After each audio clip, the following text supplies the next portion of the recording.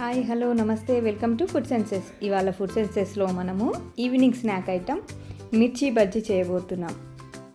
ఈ మిర్చి బజ్జీ పైన క్రిస్పీగా లోపల మెత్తగా ఎలా చేయాలో ఒక్కసారి ఈ వీడియోలో చూద్దాం. ఇంకా ప్రాసెస్ స్టార్ట్ చేద్దాం. ఫస్ట్ మిర్చిని నీట్గా వాష్ చేసుకొని ఘాట్లు పెట్టి, కారం ఎక్కువ తినేవాళ్ళు ఈ సీడ్స్ తీయనక్కర్లేదండి. నేను ఇందులో నుంచి సీడ్స్ తీసేస్తున్నాను. కొందరు కారం ఎక్కువ తింటారు, కొందరు తక్కువ తింటారు కదా, అది ఎవరి ఇష్టం బట్టి వాళ్ళు సీడ్స్ ఉంచాలనుకుంటే ఉంచండి లేదా తీసేసేయండి.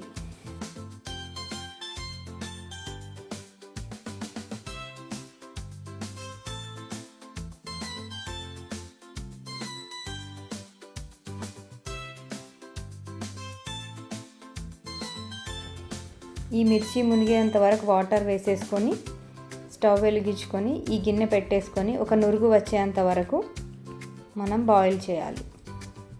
ఎక్కువగా ఉడకనక్కర్లేదండి, జస్ట్ ఒక నురుగు వచ్చేంత వరకు ఉంచేసి నెక్స్ట్ ఈ వాటర్ని డ్రైన్ చేసేసేయాలి. వీటిని పక్కన పెట్టుకొని దీనికి కావాల్సిన ఇంగ్రీడియంట్స్ ఏంటో చెప్తాను చూడండి. చిటికెడు వంట సోడా, 1 స్పూన్ సాల్ట్, చిటికెడు పసుపు, 1/2 స్పూన్ అల్లం వెల్లుల్లి పేస్ట్, 1/2 స్పూన్ ధనియాల పొడి, వాము 1 స్పూన్, 1 స్పూన్ అండ్ 1 స్పూన్ కారం. అండ్ నేను ఒక పేస్ట్ రెడీ చేశానండి స్టఫింగ్ కోసం. అందులో నేను పల్లీలు, నువ్వులు అండ్ చింతపండు వాటర్ వేసి మిక్సీ పట్టాను. దీన్ని మనం మిర్చి బజ్జీలో స్టఫ్ చేసుకోవాలి. నెక్స్ట్ బేసన్ ఒక 1/2 kg తీసుకున్నానండి, శనగపిండి. దీంట్లో మనం జింజర్ గార్లిక్ పేస్ట్ వేసేసేయాలి. నెక్స్ట్ దాంట్లో సాల్ట్, ఇంకా ఈ ఇంగ్రీడియంట్స్ అన్నీ వేసేసుకొని మంచిగా కలుపుకోవాలండి.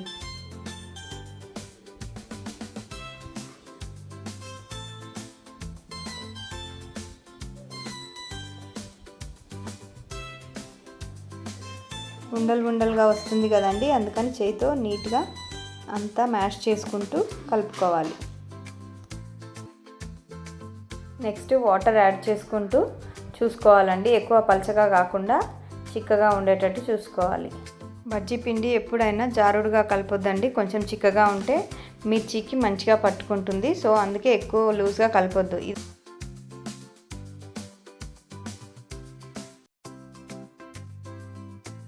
ఈ మిక్చర్ని బాగా కలుపుకొని కొద్దిసేపు నాననివ్వాలండి, ఒక 10 minutes అలా నాననివ్వాలి. నేను ఇందాక ఒక మిక్చర్ ప్రిపేర్ చేసి పక్కన పెట్టుకున్నాను కదా, ఆ మిక్చర్ని ఈ మిరపకాయలలో స్టఫ్ చేయాలి. మనం ఇందాక బాయిల్ చేసి పెట్టుకున్నాం కదండి, ఆ మిర్చీలలో నీట్గా స్టఫ్ చేసి పెట్టాలి. సో మనకు అస్సలు కారం ఉండదు, పుల్లగా టేస్ట్ చాలా బాగుంటుందండి.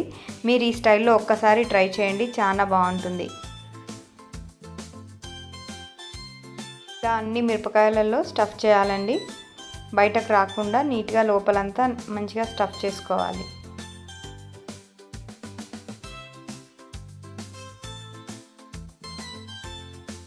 నెక్స్ట్ కడాయి పెట్టుకొని స్టవ్ వెలిగించుకొని కావాల్సినంత ఆయిల్ వేసుకోవాలండి. మంచిగా డీప్ ఫ్రైకి సరిపడా ఆయిల్ వేసుకోవాలి.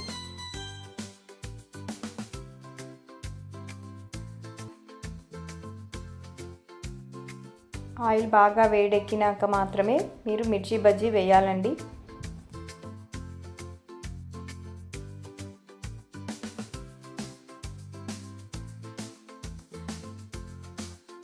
పిండి కూడా లోపల మంచిగా ఉడుకుతుందండి, అందుకే మీరు ఆయిల్ బాగా వేడెక్కినాక మాత్రమే మిర్చి బజ్జీ వేయండి. ఫ్లేమ్ కూడా మీడియం ఫ్లేమ్ టు హై ఫ్లేమ్లో అడ్జస్ట్ చేసుకుంటూ బాయిల్ అవ్వనివ్వాలండి. మిర్చి లో ఫ్లేమ్లో పెడితే ఆయిల్ పట్టేస్తుందండి మిర్చీలకి. సో మనం మీడియం టు హై ఫ్లేమ్లో మాత్రమే మిర్చీల్ని బాగా వేగించాలి. మీకు ఈ వీడియో నచ్చిందా అండి? నచ్చితే ప్లీజ్ లైక్ చేయండి, షేర్ చేయండి, కమెంట్ చేయండి, సబ్స్క్రైబ్ చేసుకోవడం అస్సలు మర్చిపోకండి. అండ్ మీ ఫీడ్బ్యాక్ నాకు చాలా వాల్యుబుల్ అండి, కమెంట్ సెక్షన్లో కమెంట్ చేయడం మర్చిపోకండి.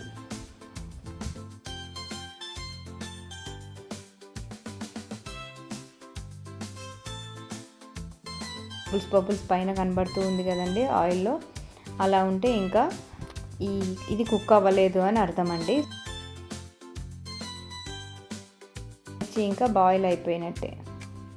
కొంచెం మనకు కలర్ కూడా తెలుస్తుందండి. కొంచెం వైటిష్లో ఉంటే మాత్రం ఇంకోసేపు బాయిల్ అవ్వనివ్వాలి ఆయిల్లో. నెక్స్ట్ వేడి వేడి మిర్చి బజ్జీ రెడీ అండి. ఇది కెచప్లోకి కానీ ఇంకా పల్లి చట్నీతో కానీ చాలా టేస్టీగా ఉంటుందండి. ఈ స్టైల్లో ఒకసారి ట్రై చేయండి. ఇంకొక మంచి వీడియోతో మళ్ళీ కలుద్దాం. Thanks for watching my video. Bye bye.